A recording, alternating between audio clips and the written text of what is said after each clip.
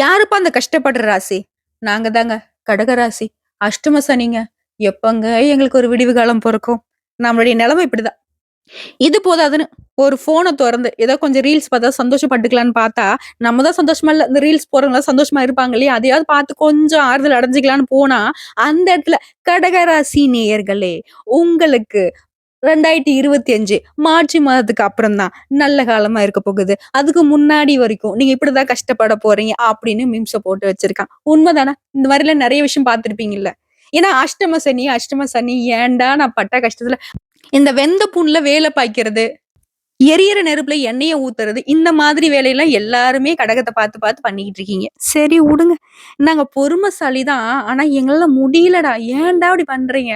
சனீஸ்வர பகவானே பாத்தியா? நீ குடுத்த கஷ்டத்த நானும் வெளிய சொல்லாம அப்படியே கட்டுக்கோப்பா அடக்கி ஒடுக்கி வச்சிருந்தாலும் வெளிய இருக்கிறவங்களுக்கு எப்படிதான் தெரியுதோ தெரியல. ஏன்னா அந்த அளவுக்கு நீ என்ன பண்ணிக்கிட்டு இருக்க. கொஞ்சம் பார்த்து கம்மி பண்ணிக்கோ. இப்படிதான் நம்ம நலம் போயிட்டு இருக்கு. இப்படிப்பட்ட நிலையில நவம்பர் மாதம் ஸ்டார்ட் ஆச்சுங்க. கதை சொல்றேன்னே வச்சுக்கோங்க. பாதி மாசம் போயிடுச்சு.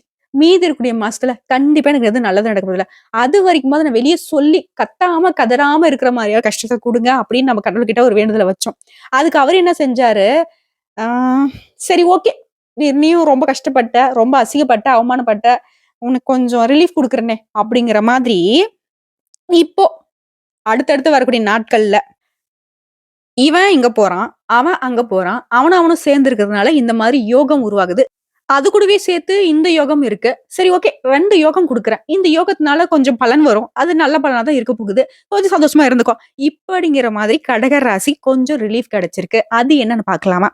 அதுக்கு முன்னாடி கடக ராசி உங்களுக்காக கடவுள்கிட்ட ஒரு வேண்டுதல் வைக்கலாமா? கஷ்டங்களை கடந்து, கண்ணீரை மறைத்து, எவ்வளவு தாண்டா தாங்குறதுங்கிற மாதிரி பெரும் பாரத்தை சுமந்து வாழக்கூடிய நம்முடைய அன்பு சொந்தங்கள் கடக ராசிக்கு வணக்கங்கள். இனி வரக்கூடிய காலத்துல எந்த ஒரு நோய் நொடியும் இல்லாம, செல்வ செழிப்போட, வாழ்க்கை வளமோட வாழணும்னு சொல்லி நானும் அந்த கடவுள்கிட்ட பிரார்த்தனை வச்சுக்கிறேங்க.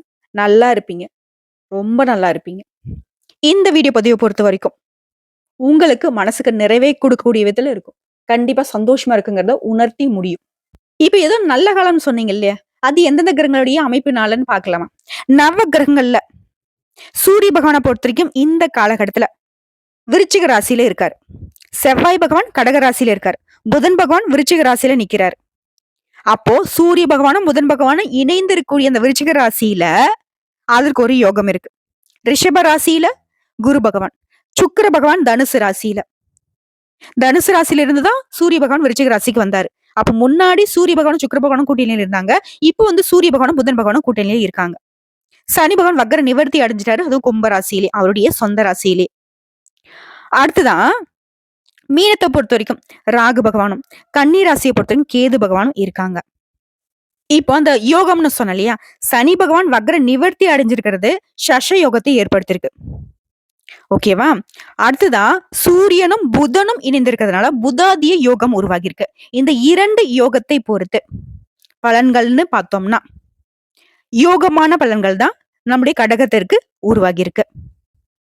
வளர்ச்சிகளை சீராக அள்ளித் தரக்கூடிய சந்திர பகவானை ராசி அதிபதியை கொண்ட கடக ராசி சொந்தங்களே. சந்திர ரொம்ப அழகு. கடக ராசிக்காரங்க அதை விட அழகு. ஏன்னா கஷ்டத்தை மறைச்சு மத்தவங்களுடைய கஷ்டத்தை போக்கி வாழ்றவங்க இவங்க. இவங்க தானே அழகு. இவங்களை பொறுத்த வரைக்கும் சூரிய பகவான் உங்க ராசிக்கு 5ஆம் இடத்துல அமர்வதனால குடும்ப பொறுப்புகளை உணர்ந்து செயல்படுவீங்க.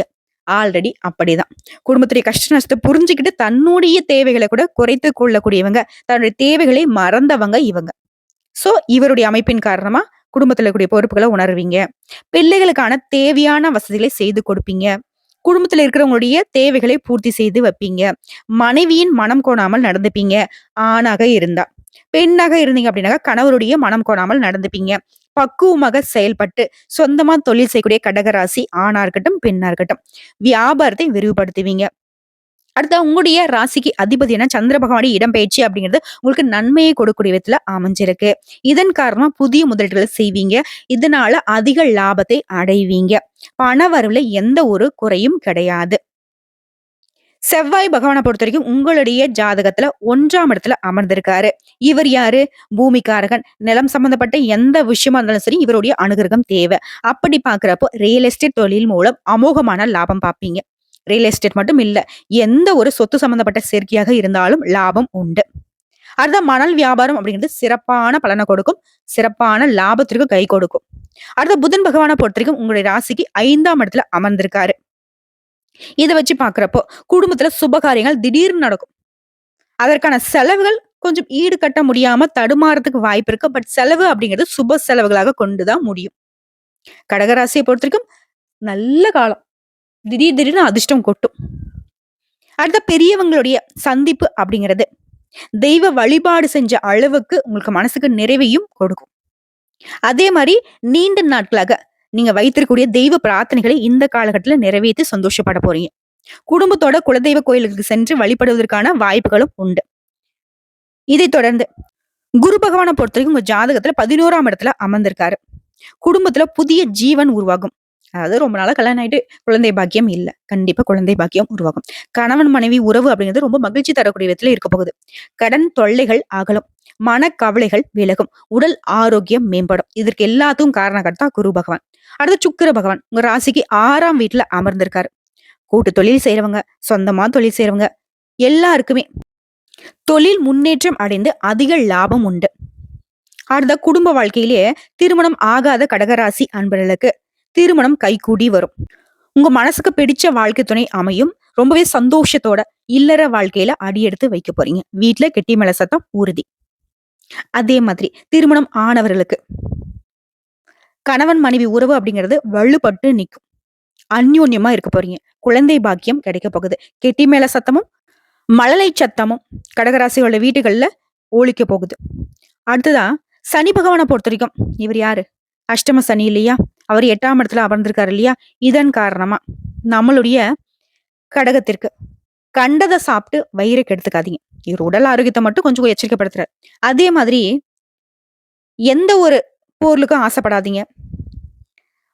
பணத்தை இழக்காதீங்க. பணத்தை பத்திரப்படுத்தி வைங்க. இதை மட்டும் சனி பகவான் உங்களுக்கு எச்சரிக்கை பண்றாரு. பண விஷயத்துல உடல் ஆரோக்கியத்துல கவனமா இருக்கணும். அடுத்த ராகு பகவானை பொறுத்த வரைக்கும் உங்க ஜாதகத்துல 9ஆம் இடத்துல அமர்ந்திருக்காரு. இதனால தந்தையுடைய தொழில்ல லாபம் பார்ப்பீங்க. அதற்கு தேவையான பணம் கிடைக்கும். அடுத்த கேது பகவானை பொறுத்த வரைக்கும் 3ஆம் இடத்துல அமர்ந்திருக்காரு. இவரை பொறுத்த வரைக்கும் உங்களுடைய உடன்பிறப்புகள் வழியில சகோதர சகோதரிகளுக்கு பண உதவி செய்வீங்க. ஆக மொத்தத்துல எல்லா கிரகங்களுமே உங்களுக்கு சாதகமான அமைப்புல தான் உட்கார்ந்துருக்காங்க. பொருளாதார நிலையை பொறுத்த வரைக்கும் திருப்திகரமாக இருக்கிறதுனால தேவையற்ற செலவுகள் இல்லாம போகும். குடும்பத்துல மகிழ்ச்சியான சூழ்நிலை இருக்கும். கணவன் மனைவிக்கிடையே அந்யோன்யம் அதிகரிக்கும். ஆரோக்கியம் சிறிதளவு பாதிக்கப்படுறதுக்கு வாய்ப்பு இருக்கிறதுனால உடனடியாக மருத்துவர்கிட்ட போயிட்டு சின்ன சின்ன உடல் உபாதைகள் இருந்தாலும் சரி செஞ்சுக்கோங்க. சிலருக்கு ஆன்மீக பயணம் மேற்கொள்ளக்கூடிய வாய்ப்பு இருக்கு. வேலைக்கு செல்லக்கூடிய அன்பர்களுக்கு அலுவலகத்துல பணிச்சுமை அப்படிங்கிறது குறையும். அதற்கேற்ற அனுகூலமான பலன் கிடைக்கும். ரொம்ப உற்சாகமா காணப்படுவீங்க. வியாபாரத்துல லாபம் அப்படிங்கிறது எதிர்பார்த்தபடியே இருக்கும். கடையை விரிவுபடுத்துவீங்க அல்லது வேறு இடத்துக்கு மாற்றுவதற்கான சூழ்நிலையும் சாதகமா இருக்கும். ஒரு சில விஷயங்கள்ல பொறுமை அவசியம். குடும்பத்தை ஆளும் பெண்களுக்கு உங்களுக்கு தேவையான பணம் கைக்கு கிடைக்கும். பிரச்சனைகள் அப்படிங்கிறது எதுவுமே இல்லாம போகும். அலுவலகத்துக்கு செல்லக்கூடிய பெண்களை பொறுத்த வரைக்கும் பொறுப்புகள் அதற்கேற்ற சலுகைகளும் கிடைக்கும். பதவி உயர்வு சம்பள உயர்வுக்கான அனுகூலமான பலன் உண்டு. உங்களை பொறுத்த வரைக்கும் அதிர்ஷ்டம் தரக்கூடிய எண்கள் 3, 7. உங்களை பொறுத்த வரைக்கும் இந்த காலகட்டத்தில் நீங்க வணங்க வேண்டிய தெய்வம் ஸ்ரீரங்கநாதரை வழிபாடு செய்ய நல்லதே நடக்கும். தினமும் காலையில வீட்டு பூஜை அறையில தீபம் ஏற்றி ஓம் ஸ்ரீ ரங்கநாத பெருமானை போற்றி போற்றின்னு இவருடைய நாமத்தை 27 முறை சொல்லி முடித்து அன்றாட வேலைகளை தொடங்குறப்ப ஆணா இருக்கட்டும் பெண்ணா இருக்கட்டும் எல்லா விதங்களையும் சாதகமான பலன்களை அனுபவிப்பீங்க. வாழ்க்கையே வளமாக மாறிடுங்க. உங்களை பொறுத்த வரைக்கும் அதிர்ஷ்டமான நிறம் மஞ்சள் நிறங்க. அதிகமா மஞ்சள் நிறத்தை பயன்படுத்துங்க. ரொம்பவே மங்களகரமா இருக்குங்க. குடும்பத்துல செல்வ செழிப்பு மேலோங்கும். சுபிக்ஷமான விஷயங்கள் தொடர்ந்து நடக்கும். ஆக மொத்தத்துல நம்முடைய கடக ராசிக்கு இந்த நவம்பர் மாதத்துடைய கடைசி நாட்கள் எல்லாமே ரொம்ப மகிழ்ச்சி தரக்கூடிய விதத்தில் தான் இருக்க போகுது. அனைத்தும் சாதகமான அமைப்புல இருக்க போகுது. வேலையில சாதகமான பலன் இருக்கு. தொழில சாதகமான பலன் இருக்கு. திருமண வாழ்க்கையில மகிழ்ச்சி நிறைந்த இருக்க போகுது. திருமணம் ஆகாதவர்களுக்கு நல்ல வாழ்க்கை துணை அமைய போகுது. தொழில் ரீதியா பண ரீதியா எந்த ஒரு பிரச்சனையும் கிடையாது. சோ எல்லாமே சாதகமா இருக்கு. உடல் ஆரோக்கியம் மேம்பட்டு நிக்குது. இதை விட கடகராசிக்கு என்னங்க வேணும்? அஷ்டம சனியாவது, அர்த்தாஷ்டம சனியாவது. இனி கடகத்துக்கு கஷ்டம் இல்லைங்க. ஜம்முன்னு இருங்க, ஜாலியா இருங்க. நல்லதே நடக்கும், நல்லது மட்டுமே நடக்கும். இந்த வீடியோ பத்தி பிடிச்சிருந்தா வீடியோக்கு ஒரு லைக் பண்ணுங்க, நம்ம சேனலை சப்ஸ்கிரைப் பண்ணுங்க, மேலும் பிடிச்சிருக்க ஃப்ரெண்ட்ஸ் அண்ட் ஃபேமிலிக்கு ஷேர் பண்ணுங்க. வாழ்க வளமோடு நலமோடு. வந்த கஷ்டங்கள் கரைந்து போகட்டும், வரக்கூடிய கஷ்டங்கள் விலகி போகட்டும். கடவுள் உங்களுக்கு துணை வரட்டும்.